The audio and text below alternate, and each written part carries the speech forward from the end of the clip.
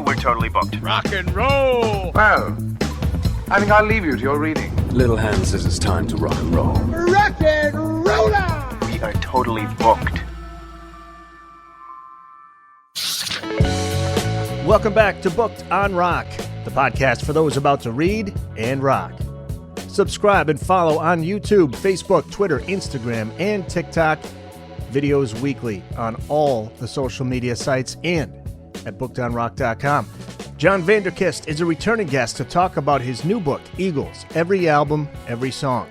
A part of Sonicbond Publishing's On Track series, this book covers one of the best-selling bands in music history. Between 1972 and 1979, the Eagles soared to the top of the charts 4 times. A total of 5 number 1 singles, 18 singles reaching the top 40. Their 1976 album, Hotel California, has gone on to sell 26 million copies, while their Greatest Hits 1971 to 1975 compilation went on to become the highest-selling album of the 20th century in the U.S., with 26 million copies sold by 1999. In 2023, the number of copies sold is now up to 38 million. In 1994, the reunited Eagles released the live album Hell Freezes Over, which shot straight to number 1 and has sold 9 million copies. Their 2007 7-times platinum-selling studio album, Long Road Out of Eden, would put the band back on top of the charts once more, thanks to 5 consecutive top 40 singles on the adult contemporary charts. After the death of founding member Glenn Frey in 2016, the trio of Don Henley, Joe Walsh and Timothy B. Schmit recruited Glenn's son, Deacon and Vince Gill, and continued to perform the band's iconic songs covered in this book by author John Vanderkiste. John details every track on each studio and live album, along with originals and cover versions recorded by the band but never officially released. A playlist of the Eagles can be found on the show notes page, but first, here is John Vanderkiste. Hi, John. Welcome back to the podcast. It's great to talk to you again. Oh, Eric, right. Good to be here. Well, this time around, we've got you on the show to talk about the Eagles. What a catalog of music from this band. Amazing. Absolutely wonderful. They made very few poor tracks in their time, but they made a lot of absolute classics, didn't they? And some interesting lineup changes along the way. The sounds changed a little bit from the early days. So let's get to that. The origins of the Eagles starts with Don Henley and Glenn Frey. They're recruited by Linda Ronstadt as part of her backing band. Guitarist Bernie Ledden and bassist Randy Meisner later joined her band. And not long after, Don and Glenn decide to form their own band. Now, this is something I didn't know. They were not originally called the Eagles. What were they initially billed as? And what are the various stories behind how they ended up deciding on the Eagles as the band name? Well, they initially played 1 or 2 dates under the name Teen King and the Emergencies, but I think they did that just in a hurry because they needed to build themselves as something, and that was they just hit on it in a hurry, realizing that they weren't going to hang on to it very long. But as for how they actually call themselves the Eagles or Eagles, there are several theories about that. One is that they named themselves that way because the eagle was America's national bird, and they wanted to do something which was unashamedly American. And the other one is that they were hanging out together in the Mojave Desert in their early days, and a few suddenly flew across the sky overhead, and Glenn, I think it was, sort of called out Eagles in delight, and so they thought, right, brilliant name, we will stick with that. It is important, right? It's Eagles, not the Eagles, right? That was kind of that was an issue with the guys. They didn't want to be called the Eagles. Yes, they made it very plain. In fact, lots of journalists, authors refer to them as the Eagles, and I did look at this fairly hard when I was writing the book, and then suddenly I read this and I realized that if you look at all the album sleeves, all the labels on the singles and everything, it's always Eagles without the definite article.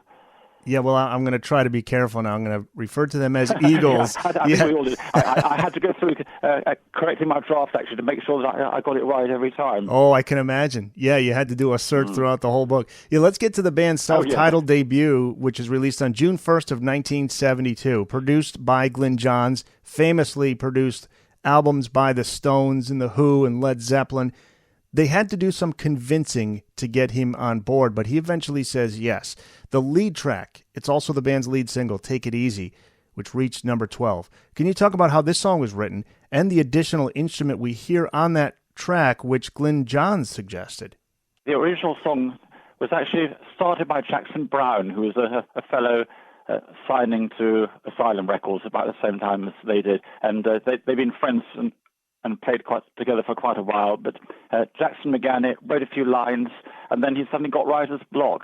So there's two slightly different stories. One is that Glenn Frey remembered it as a song that he'd shelved and was interested in, so he actually asked Jackson about it later on. The other theory, this is one you read more regularly, is that Jackson got stuck, so he just handed it over to Glenn and said, can you do anything with this? And Glenn looked at the first few lines. He suddenly thought, it's a girl, my lord, in a flatbed Ford.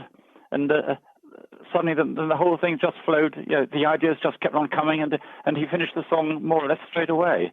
So obviously it was a collaboration between the two of them. But had it not been for Glenn Frey, then the song probably would never have just progressed beyond the first few lines.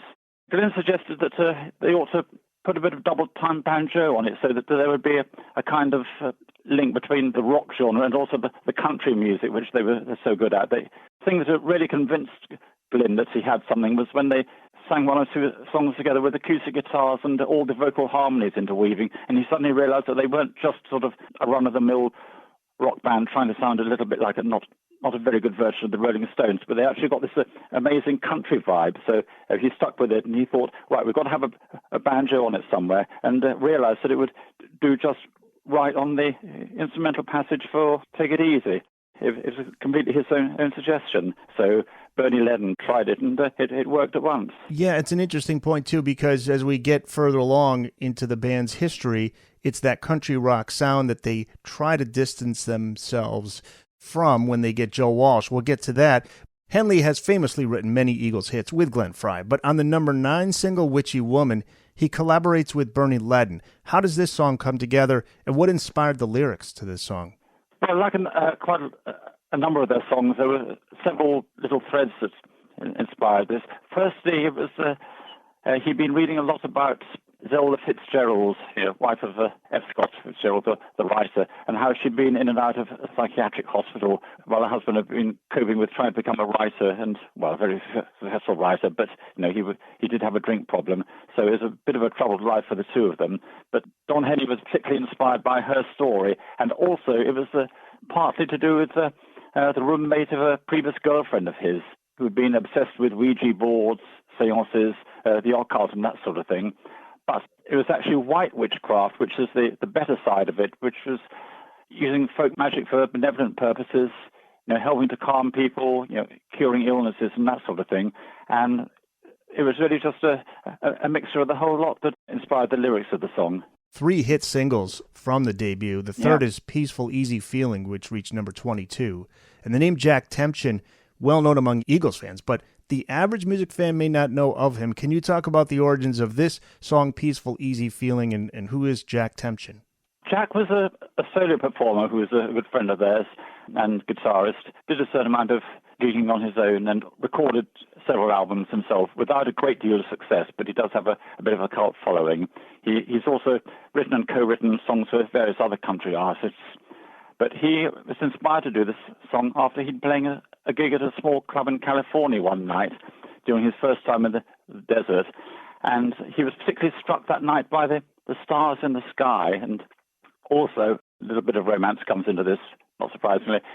He'd got a bit of a crush on a waitress at the club, but she wasn't very interested in him. And she went home with somebody else, apparently, or just went home on her own. But even so, he thought he would love to sleep with her in the desert night with a billion stars around. The lyrics just flowed from that. Well, he got a good song out of it. He didn't get the girl, but he got the song. Yes. The debut album reached number 22, and the follow-up is 1973's Desperado, which features the singles Tequila Sunrise and Outlaw Man, while the title track, not released as a single, it's become an Eagles classic, went as high as number 41. Didn't chart very high, certainly not as high as the previous and future albums, but it's considered a classic among Eagles fans. This was a concept thought up by Henley and Frey. Can you talk about the concept of the album and the title track, too? Henley initially wrote it 4 years earlier about a friend of his? Yes, he started off writing it sometime earlier, really about a friend who was irritating him a bit, and hence the opening line, "Why don't you come to your senses?" But he never finished the song, just put it on one side. And then later, when they had the idea for the concept album, he thought, well, I can do something with this, and I'll just put it into a different context.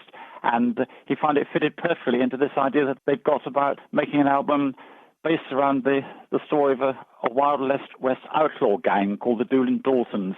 Now, these are real people who lived around about the 1890s.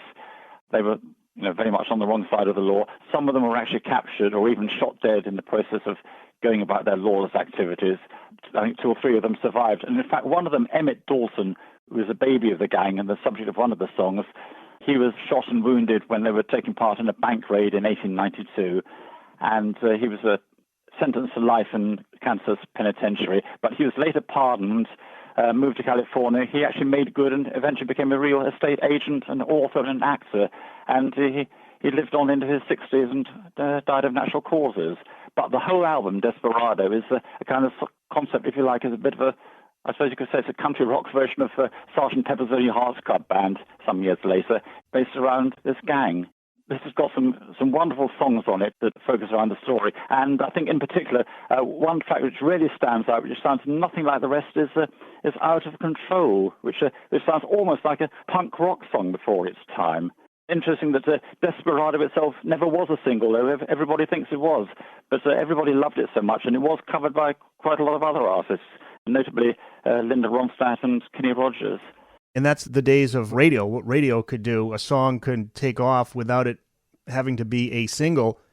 DJs could just play a track and then it takes off. And that's an example of Desperado. Yeah. To this day now, played on radio stations all the time. The first 2 albums feature the lineup of Henley, Frey, Bernie Leadon, and Randy Meisner, both produced by Glyn Johns, but studio album number 3 is 1974's On the Border. Apart from 2 songs produced by Glyn, this one is produced by Bill Zimzik, who would remain as producer for future Eagles albums. This one features a new member of the band, guitarist Don Felder. 3 singles, Already Gone, which reached number 32. The number 77 single, James Dean, and the band's first number 1, Best of My Love. Quite a bit of tension between band members and between the band and Glyn Johns. What were the battles over? Glyn didn't really see them as a rock band. He thought they were far better at country, other vocal harmonies, and the steel guitar, everything like that. But they were a bit frustrated like that, and they wanted to progress beyond it. And in fact, Glyn actually shut down an argument one day by saying to them, "The Rolling Stones and the Who are rock bands. You are not like that. Stick to what you're best at." And they didn't really want that. There was a bit of a difference between the members, but Glenn Frey and Don Henley certainly wanted to get far more into the rock side of things. Bernie Leadon was the main country standard bearer, if you like. He liked playing the rock and roll, but at the same time, he also loved the bluegrass country stuff. He was a banjo and the pedal steel guitarist, and in fact, he got on much better with Glyn Johns than the others did. As for Best of My Love, that was the final single released, and one that Glenn didn't want to release as a single, Glenn Frey, probably because it sounded too much like Desperado, as you write in the book. Oh, yes. Yeah, how does it end up becoming a number 1 hit? This is actually, we were just talking about radio's influence. How does this one end up becoming a number 1 hit? And can you tell the story behind this single earning what the band's manager, Irving Azoff, called the Golden Hacksaw Award? Well, Asylum thought that it was going to be a hit, so they put it out as such. And the band were actually on tour at the time, and it was done completely behind their backs, and they tried to persuade Asylum to withdraw it, particularly when they found that it had been edited without their permission. They'd actually Asylum faded it about a minute early, so what you hear is a pretty truncated version of it. But a radio DJ in station WKMI in Kalamazoo was playing it regularly because he absolutely adored it, and then other radio stations followed suit, and next thing I knew, the record was climbing the charts, and after quite a slow haul, got to number 1. Once it had sold 1 million copies, their manager, Irving Azoff, sent Asylum Records a gold record with a piece cut out, mounted with a caption saying, "The Golden Hacksaw Award." Yeah, it got hacked up and cut down. Yeah. On the Border reached number 17. Another double platinum seller. Studio album number 4 is 1975's One of These Nights, which is the band's first number 1 album. The title track hits number 1. Lion Eyes reaches number 2. Take It to the Limit, number 4. The title track is one that Glenn Frey later said was his favorite out of everything the band recorded, which is high praise considering the body of work there. What did he have to say about that song, how the current state of America influenced it, and also the lyric they told Don to change? Well, there's a bit of a dark mood in America in the mid-'70s because they just had the Watergate scandal. Nixon was about to be impeached, and he resigned to avoid getting into further trouble. There was turmoil in Washington. People were just rather disillusioned with the government. Nixon was succeeded by Gerald Ford, but he wasn't the great savior everybody had hoped for, although I suppose they felt that after Nixon anybody was better coming in. But it was just, there was a bit of a, I suppose, general loss of confidence in America. People thought, where are we going? And Henley and Frey wanted to write a song that emphasized that dark, rather uncertain mood that the whole nation was going through. And as for the lyrics that caused a bit of trouble, initially, Don wrote, "I've been searching for the daughter of God." And Asylum said, "No, you can't say that because that's going to offend the Bible Belt religious zealots. The record will not get played." So he changed it to "Searching for an Angel in White," which said much the same sort of thing, but was obviously not going to offend anybody. The story of Lion Eyes is one of my favorite Eagles song stories. It's pretty well known, but always worth retelling. Can you tell the story behind this one? Lion Eyes. That was after the band went one night to a restaurant in L.A., and when they came in, they saw a rather attractive young woman there on the arm of a much older man. So Frey nudged Henley and said to him, "Look at those lion eyes." And then somebody else in the party said, "You've got a song title there. You've got a brilliant idea." And they got scribbling on a paper napkin on the table, so the story goes. Grab the napkin. They got this, They got this idea about a girl who was trapped in a loveless relationship, lonely in her big house, and she was looking for compensation, as the song tells us, on the cheating side of town. So she got herself a rich sugar daddy, old enough to be her father, but she found that he didn't really bring her lasting happiness. Then she found herself sitting at home again, pouring herself a drink, looking at the stars in the sky, and wondering, how on earth she ever got in this mess. Pleasure followed by disillusion, I suppose. John Vanderkist is here. His brand new book is Eagles, Every Album, Every Song. What a great read. You get the stories behind all these classic songs and albums, and there are many. You lead off the next chapter with, quote, "During the recording of one of these nights, the writing was on the wall.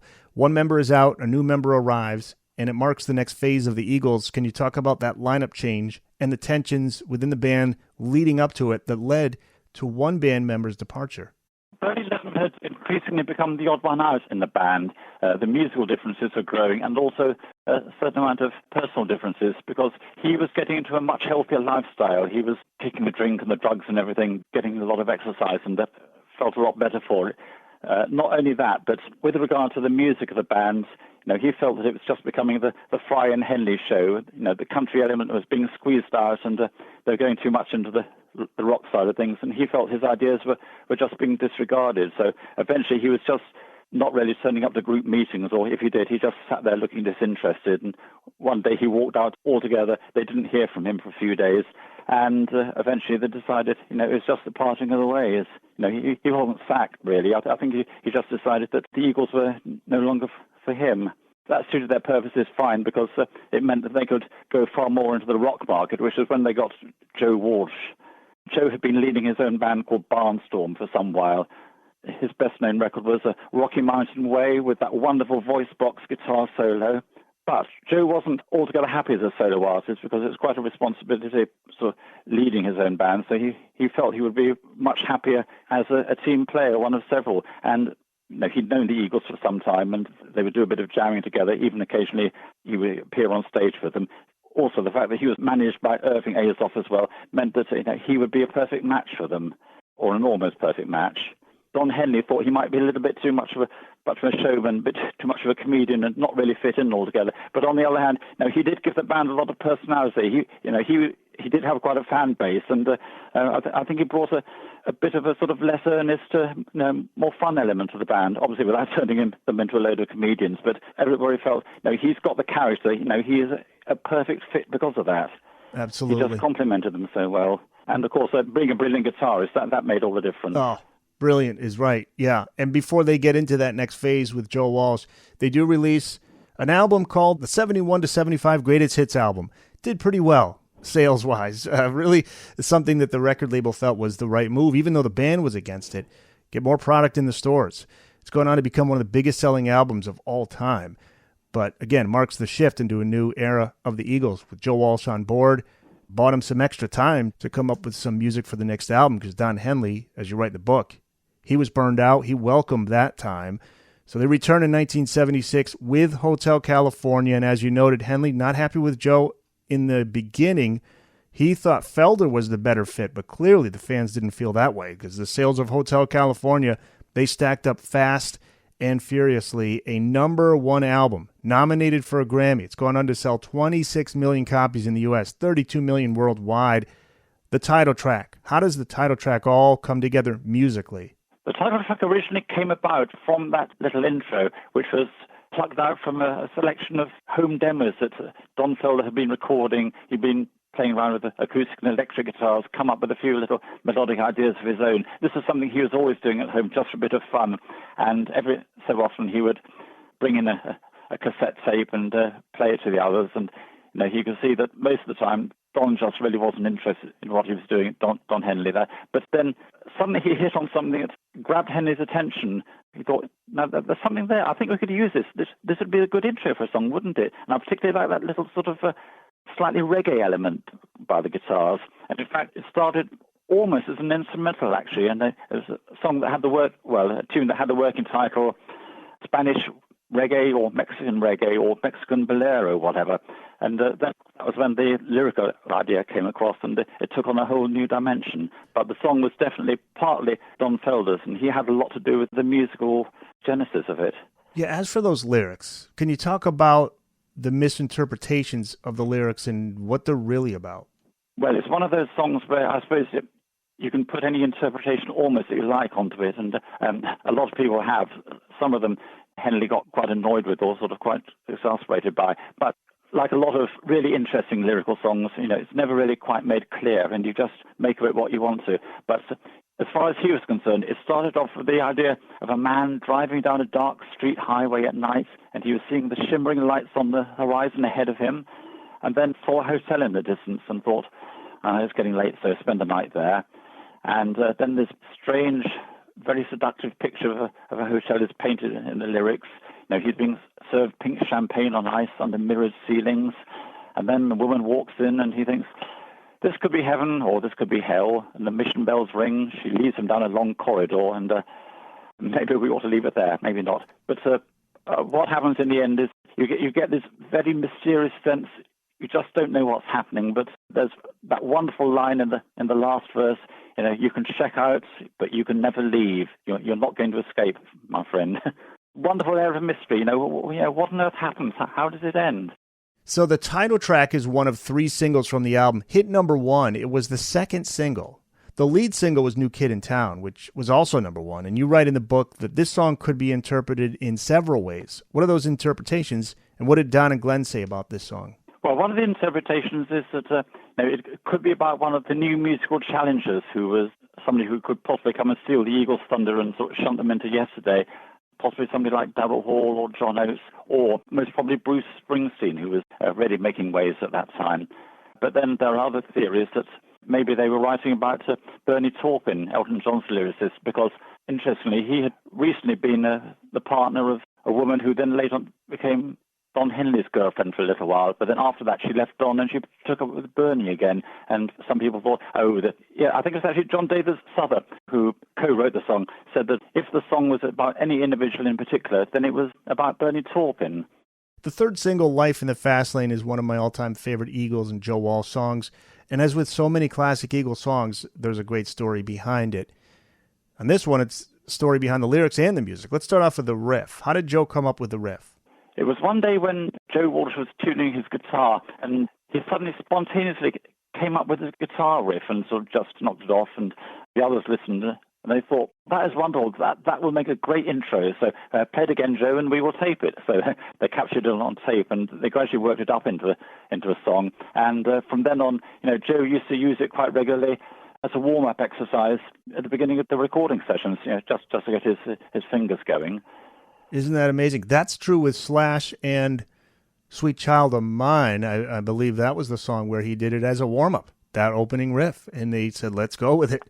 And it did all right. Oh, yes. Yeah. Yeah. And as for those lyrics, so it all starts on one evening when Glenn Frey is headed to a poker game. Ah, yes. Glenn was going to this poker game, and then suddenly the driver moved over to the left lane at about 90 mph, and Frey was, hey, help, slow down, what are you doing? And the driver said, hey, man, it's all right, it's life in the fast lane. There was another title served to him on a plate. From this, Frey and Henley came up with the sort of whole story about a rich, miserable couple who've got absolutely everything that money could buy, but they're just bored with it. There's nothing new, and having everything they want, then somehow they've just lost the whole meaning of everything. And there's a key line in the song, we've been up and down this highway, haven't seen a goddamn thing. Nothing is new anymore. Life has just lost something. Some people have said that this could possibly be the Eagles writing about themselves. They were a band who's striven very hard for success, and now they're rich beyond their wildest dreams. But what's new? Where have they got left to go, and where do they go now? That did happen because they later said that Hotel California was just so good, it was an impossible album to follow up. It was, and that mindset and that feeling of just being burned out or where do we go from here spills over into that next album. It would be 3 years before the next Eagles album, and that's 1979's The Long Run. Randy Meisner is no longer in the band. The new bassist is Timothy B. Schmit. Henley later said the band was tapped physically, emotionally, spiritually, and creatively after Hotel California. The Long Run took a long time to make, and this wasn't a happy time for the band. It was intended to be a double album, pared down to one, but still a commercial success. It hit number 1. 3 huge singles, Heartache Tonight, number 1. The title track reached number 8. And I Can't Tell You Why, also a number 8 single. In the City is another classic Joe Walsh Eagles song. Those Shoes, another track. It's a lot of play on rock radio to this day, so it wasn't like the music on there was lacking from whatever burnout the band had. You say Heartache Tonight is the best track on the album. There's a famous friend of Glenn Frey. He's not credited on this song, but he plays a role in this track. And you talk about that. Who's that?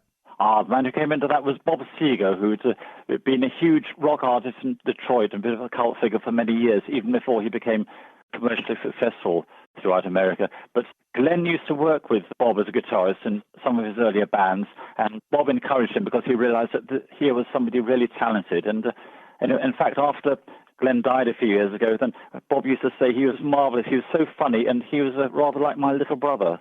Glenn's on Ramblin' Gamblin' Man, right? His vocals are on that track from Seger, I believe. That's right, yeah. Yes. So, yeah, in fact, Bob more or less repaid the compliment because he was on Heartache Tonight. He was doing a bit of backing vocals, and he did actually contribute 1 or 2 lines, so he had actually contributed to the song. They released Eagles Live in November of 1980. The band was already in the process of breaking up, but they owed Elektra Asylum Records one more album, so they fulfilled that obligation with the live record, and that would be it for the Eagles, at least so we thought. Don Henley went on to have a huge solo career. Glenn Frey, he had his moments, but struggled to match the success of Henley, which was a surprise, I think, to everybody, because I think the predictions would be Glenn was the one that would really take off, but that didn't happen. But they famously reunite in 1994. They released the live Hell Freezes Over album, and it's a huge hit. 2007's Long Road Out of Eden, that's the band's first all-studio album in 28 years. It's a double album. Don Felder had since left the band. He was part of that reunion, but he had a falling out with Don and Glenn, I believe. Yes. Yep. That Long Road Out of Eden album hit number 1, debuted at number 1, sold 7 million copies. And the single How Long went top 10 on the adult contemporary charts.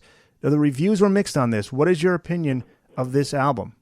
Well, because it's a double album, at first it seems a little bit overwhelming. I think you realize there's a hell of a lot here. I think it's very comparable, in fact, to All Things Must Pass by George Harrison back in 1970. It's so vast that you just can't get your head around it at once. But I think that is one of the great attractions of it. You've got to take it a little bit at a time, gradually get into it, let it reach you, and you realize, just what a diverse work there is. There's such a lot of different styles of songs on that one, a lot of lyrical ideas going on, a lot of different moods, and it's ultimately it's far more rewarding than, say, just an album of 8 or 10 tracks might be. And I believe you wrote in the book that one album sounds much like the Eagles, and then the other sounds more of maybe a Henley solo project. I can't recall correctly. Is that what you had written in the book? Oh, that's right, yes, because and quite a number of those songs people have said, some of the critics said it's rather like a collection of solo works by Henley and Frey just put together as a group album. Right. Well, I suppose you can see something in that, but I guess No, I suppose in the same way you could argue that the Beatles' White Album was partly songs written by John Lennon, partly by Paul McCartney, and just put together as a group album for the sake of it. But on the other hand, there are quite a lot of collaborations there as well. So it definitely, it certainly is an Eagles album. And Glenn Frey sadly passed in January of 2016. They did continue on with Glenn's son Deacon, brought in Vince Gill. Deacon has since stepped aside, but the band continues to tour. Will there be another album? What has Don Henley said about this? You do mention it in the book that he's commented on it. I don't think there will be another Eagles album. I think that's most unlikely because, well, the main reason is Don has said himself in an interview that the music business these days is a lot of demographics, marketing to youth. Who really wants to listen to an album made by a band led by a couple of 60 and 70-year-olds who are probably the band that their grandparents were listening to earlier on. They've still very much got a cult fan base, but I think it's a bit of a consensus that Don has been the main leader of the band in marvelous music in the past. How does he top that? I think he says that even if he made the best album that anybody could make in the world, then it just would not sell enough because the interest isn't there. Well, however, he actually made a solo album, yet another solo album a few years ago called Cass County, and that in chart terms and chart positions was by far the most successful one he'd ever did. It was top 3 in America, top 10 in Britain, something he'd never done before. And it's got some of the Eagles on it. It's got Timothy B. Schmit. It's got some very interesting guest artists, people like Dolly Parton and Mick Jagger.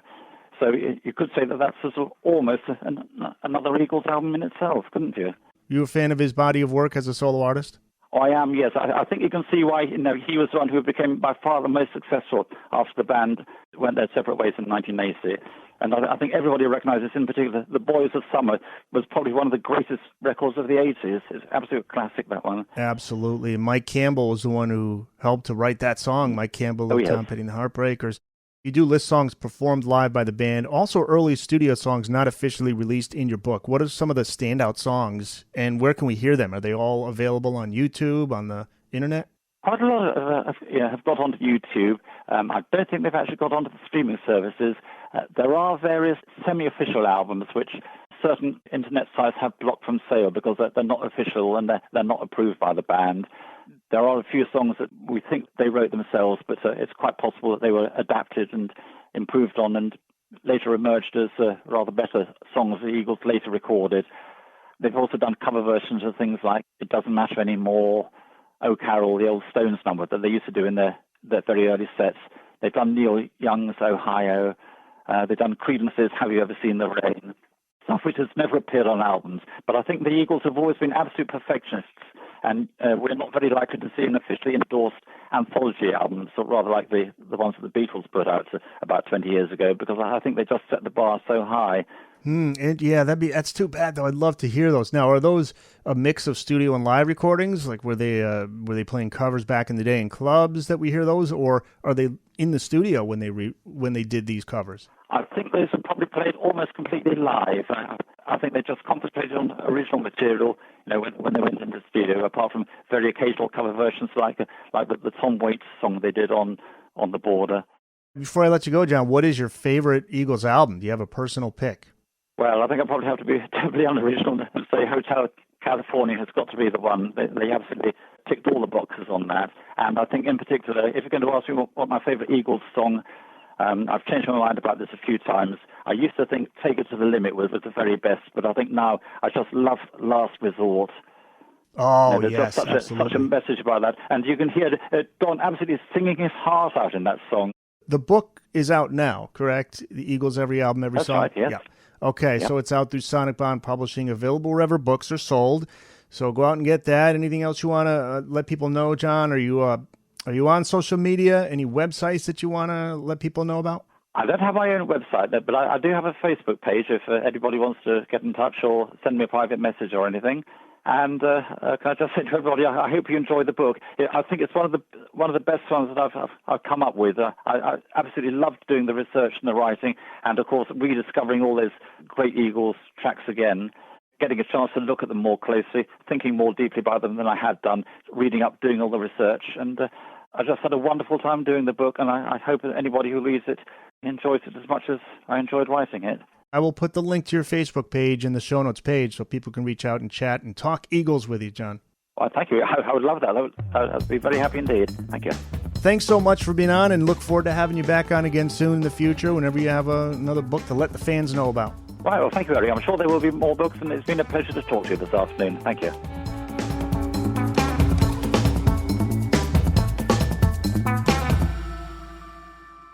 That's it. It's in the books.